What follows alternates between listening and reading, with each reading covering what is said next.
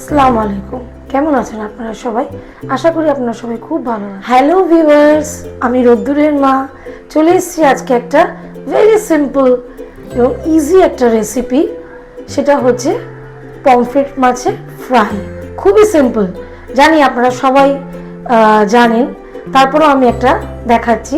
এবং এটা বাচ্চাদের খুবই একটা ফেভারিট একটা ফিশ, খেতে খুবই ভালো লাগবে। তো চলুন রেসিপিটা আমরা স্টার্ট করি। কড়াইটা বসিয়ে দিয়েছি, এবার এখানে আমি সর্ষের তেল দিয়ে দিলাম মাছটা ফ্রাই করার জন্য।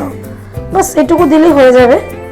এবার আমি সর্ষের তেলটাকে একটুখানি গরম হতে দেব, একটু ঘুরিয়ে দিলাম। মাছগুলো আগে থেকেই আমি লবণ আর হলুদ দিয়ে মাখিয়ে রেখেছিলাম। এবার আমি মাছগুলোকে এক এক করে দিয়ে দেবো।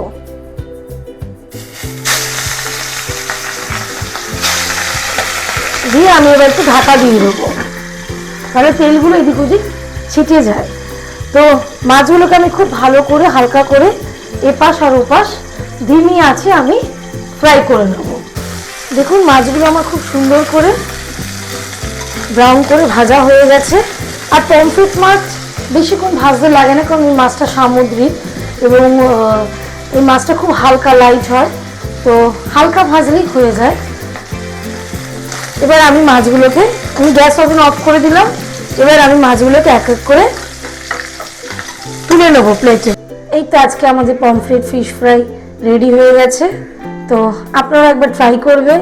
তো আজকে এই পর্যন্তই। আপনারা সবাই ভালো থাকুন, সুস্থ থাকুন। কালকে দেখা হচ্ছে আর একটা অন্য রেসিপি নিয়ে। Tata, bye bye.